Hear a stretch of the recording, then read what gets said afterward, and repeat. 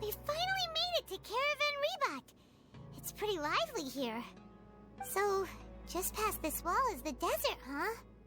Oh, wow. Paimon remembers hearing people call this the Wall of Samiel. It's made to block sandstorms from the outside.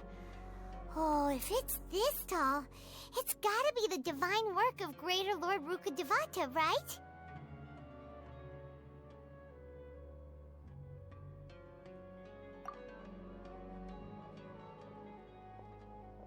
Enough gawking. Come on, follow me. Huh? Over here.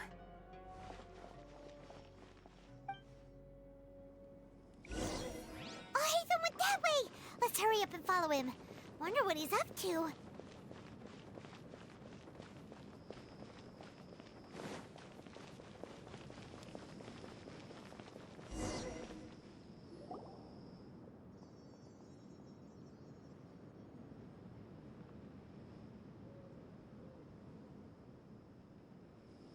What the...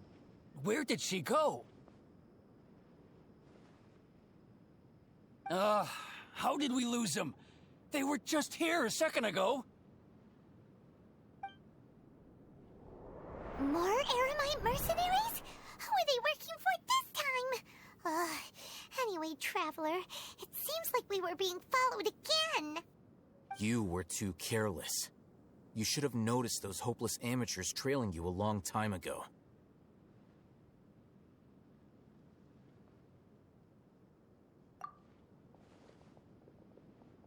There's no need to thank me.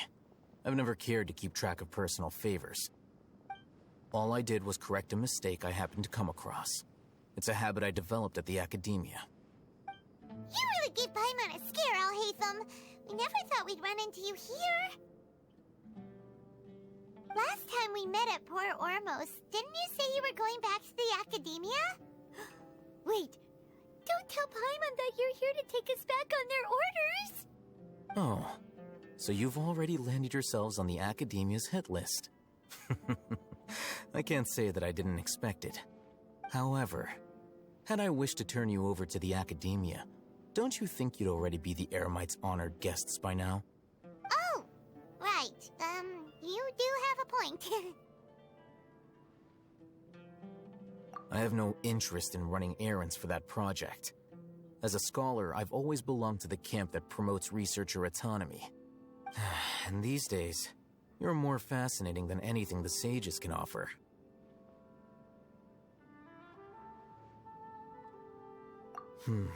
Not quite.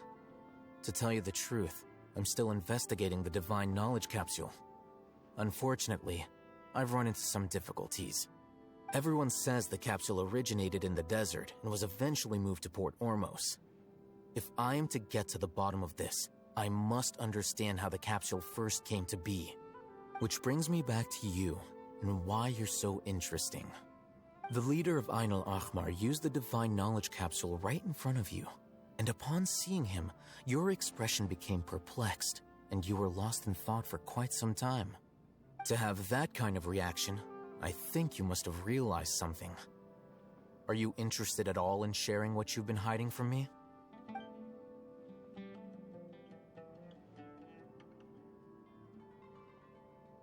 Al-Haytham, you really have a ridiculous eye for detail. What kind of person even notices or remembers stuff like that?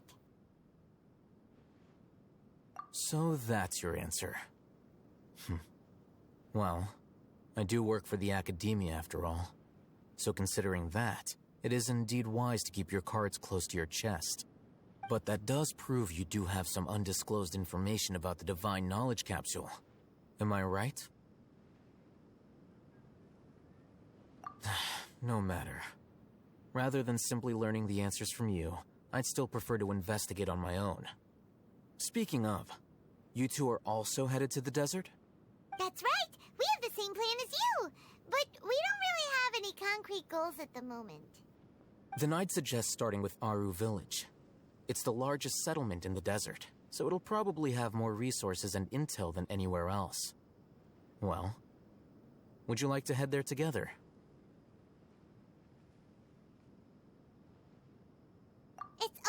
prefer to travel with someone you know. Let's go!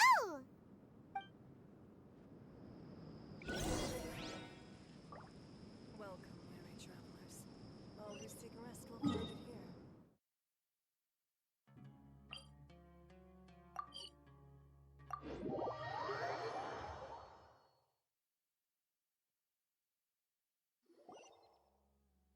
Before us lies Aru Village, the safe haven of the desert folk. Whoa, this landscape is really something else. What a cool place! Let's go check it out!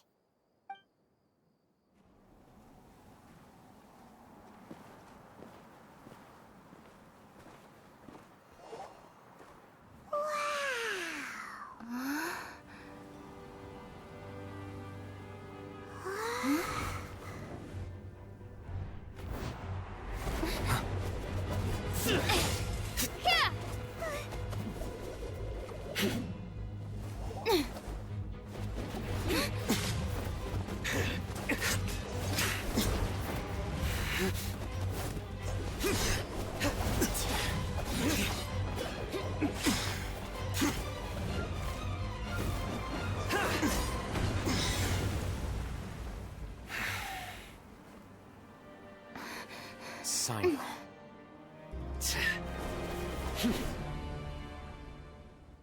Unless my memory fails me, we have barely spoken 2 words to each other before now at the Academia. Would you care to enlighten me as to when and how I invited the General Mahamatra's wrath? Oh, Hatham. Do not think you can escape my judgment just because you managed to escape my attack. Judgment? So that's how you'd characterize your actions here, is it? Or would elimination perhaps be a more accurate description? Had I used my full strength, not even this traveler would have been able to stop me. Though styled like an assassination, I sought only to ensure that my target would be unable to flee or resist. Standard practice for the Matra, as well you know. Seemed to me more like your own personal touch. Who is that, Al-Haytham? Did you call him General Mahamatra? Yes. General Mahamatra Sino, head of all the Matra at the Academia. He's a formidable hunter, and the ultimate nightmare for any who have committed academic crimes. You seem to have placed a lot of trust in Al-Haytham, to the point of blocking an attack for him. If I were you, I'd never choose to side with him. I wouldn't believe a single word that comes out of his mouth. I have been pursuing this scribe for a long time. I urge you, stand back and do not seek to defend him any longer. Otherwise, there will be consequences.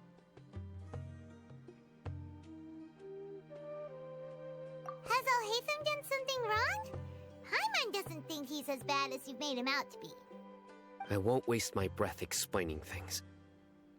Al-Haytham, I saw it during our fight. Take it out. The divine knowledge capsule you're hiding on your person. Unless you want me to retrieve it for myself. Very perceptive of you. Nothing escapes a Matra's senses. Wait, the divine knowledge capsule? Didn't it fall into the Matra's hands in Port Ormos?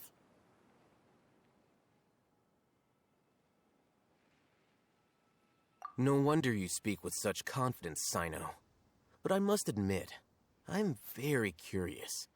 What does this capsule mean to you? And why, as General Mahamatra of the Academia, are you all alone in the desert?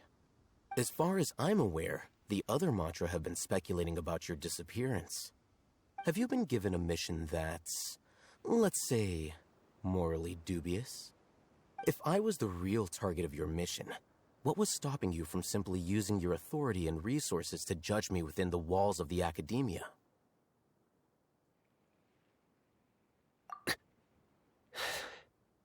I should have known you'd be difficult to deal with. You two? Ugh!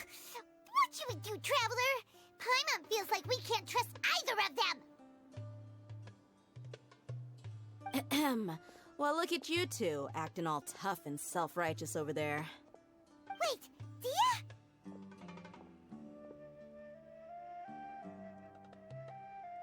Great! Finally, someone that we can trust!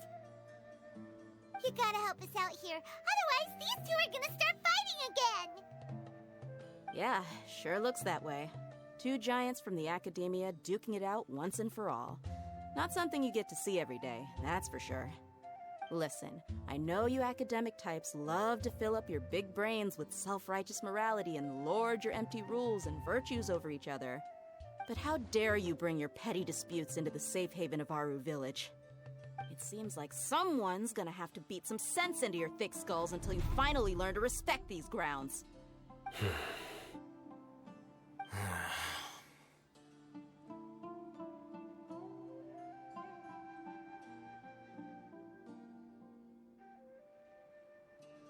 Hey, did either of you hear a word I just said?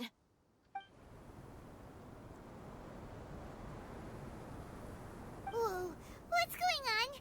The wind's so strong! Is this a sandstorm? Paimon's gonna get blown away! Another sandstorm? What's up with these recently? Hey! All of you, over here, quickly! We have to take cover! Someone's calling for us! Oh, this wind is too strong! Let's get over there! That sounded like Candace. Come on, you two. Jeez, are all of you academia folks such hard work? Move it! All right, stop yelling.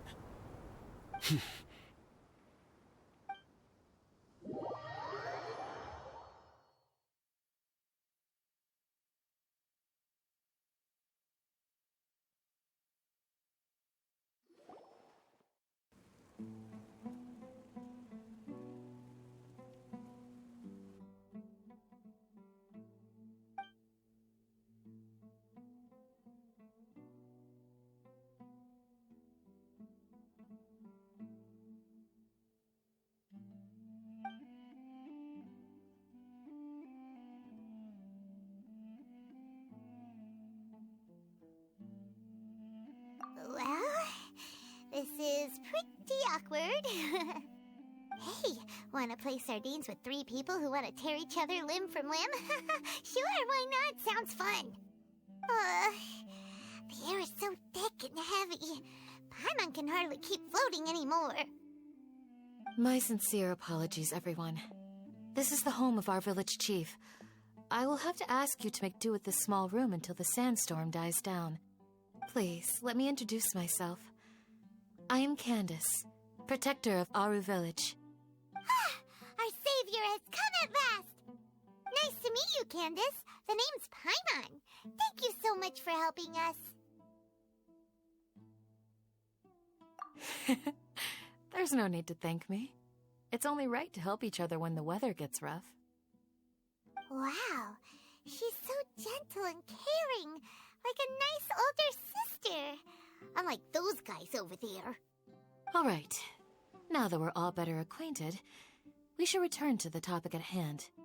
As a guardian charged with the responsibility to protect my fellow villagers from harm, I was observing your conflict from afar, even before the sandstorm started. And now that you have set foot within our village itself, it is all the more my responsibility to make absolutely sure that you pose no threat whatsoever to us. So please, have an honest and sincere conversation with one another and put your hostile feelings to rest. If anyone dares to start anything again while they are under this roof, I will not hesitate to send them out for some quality time with the creatures of the sandstorm.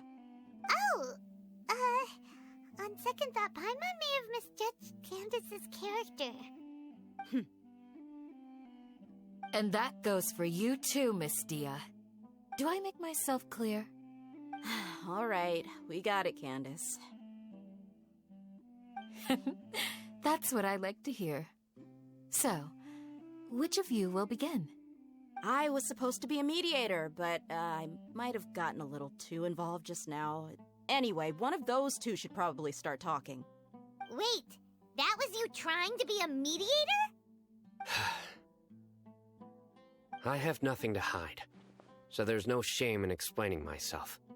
While Al-Haytham wasn't wrong about the other Matra not knowing my whereabouts, it's not because I've been assigned a morally dubious mission.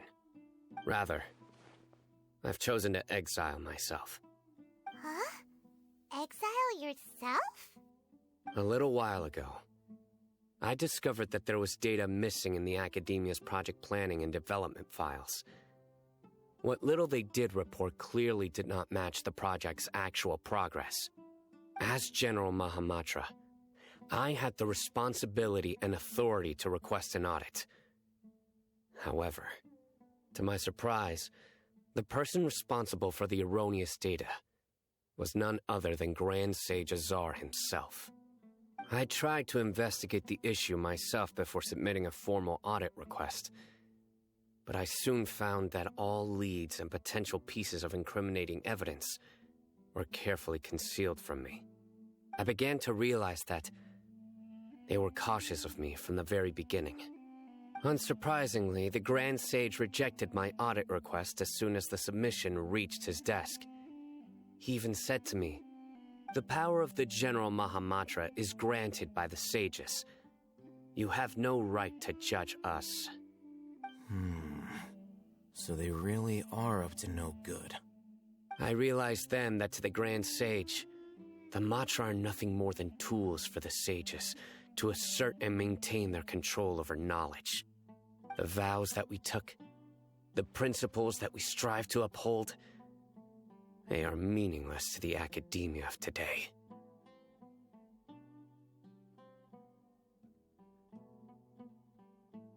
I believed it would be wise to flee the academia before the sages had a chance to take action against me. This way, they can no longer see nor predict my actions. I will never give up on this investigation. There's no need for someone else to give me power or authority.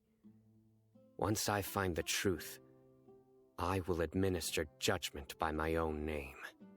Sino seems to have the same goal as us. We're all investigating the sages. Plus, now that he's no longer the General Mahamatra, he somehow feels a lot less scary.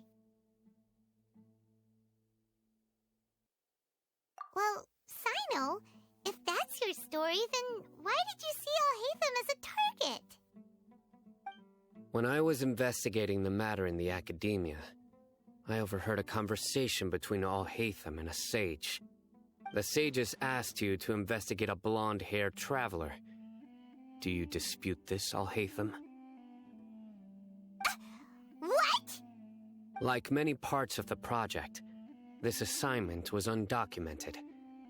Now throw in your suspicious behavior with the Divine Knowledge Capsule, and I think we deserve an explanation.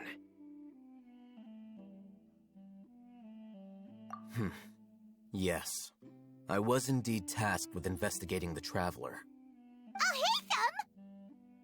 After all, the promised reward was so great that hardly any scholar could have refused. The sage told me, once you've completed this assignment, I can give you a glimpse of divine knowledge. A most enticing offer. Unfortunately, those academics don't know me at all. Their words contained one key piece of information, namely that divine knowledge indeed exists. That gave me all I needed to know. From my perspective, the sages are far from trustworthy. Think about it. Isn't it a little strange they're so willing to share divine knowledge with anyone, even as a reward? So, I began my own investigation following the lead of the Divine Knowledge Capsule. In the end, I realized my wisdom in committing to this rather than collaborating with the sages. Had I been less guarded, I probably would have ended up like that Ain al-Ahmar mercenary, incapable of remaining sane for long enough to hold a conversation. You mean that the sages originally planned to dispose of you, using one of those capsules that drive people insane? I'd already given up on the assignment by then. I only told the academia I was waiting in Port Ormos for you to appear so they wouldn't suspect anything. So it came as quite a surprise when I encountered my erstwhile target while investigating the Divine Knowledge Capsule. Criminals do love to talk about coincidences. Even though I ran into the Traveler by chance, I had no intention of providing assistance to the Academia. Also, you should remember, you were the ones who decided to follow me and strike up a conversation after I left that tavern.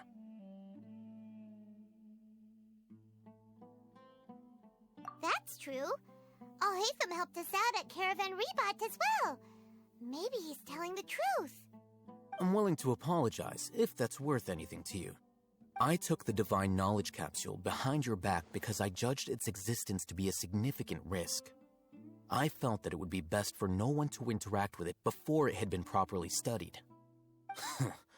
After all, curiosity often proves to be the most dangerous thing in this land.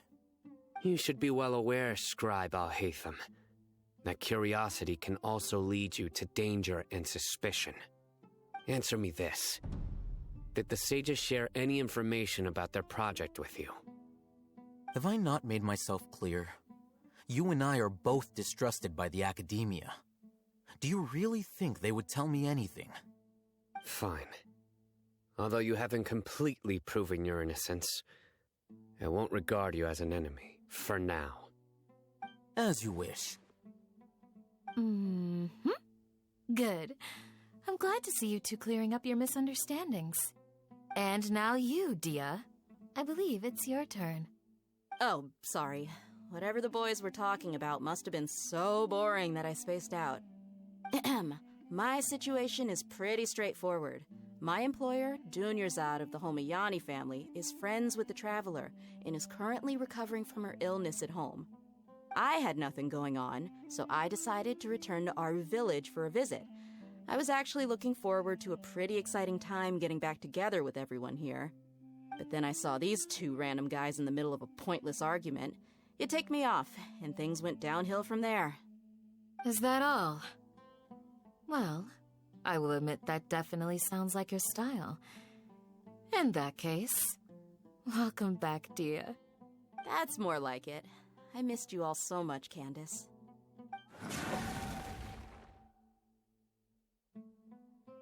Whoa! What was that sound? No need to worry. Now that you're no longer at each other's throats, please make yourselves at home. I'll take a quick trip outside to clear out some of those creatures in the sandstorm. Creatures? In the sandstorm? Are you sure you don't want some backup? Fighting in a sandstorm is not for the faint-hearted. Anyone without extensive training in these conditions is at a disadvantage. You needn't worry. Yeah, just leave him to Candace. Don't worry, she's as tough as they come.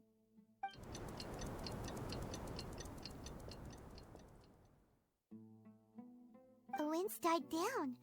That means the sandstorm's over, right? Candace still isn't back yet, though. Is she alright? Maybe we should go out and check on her.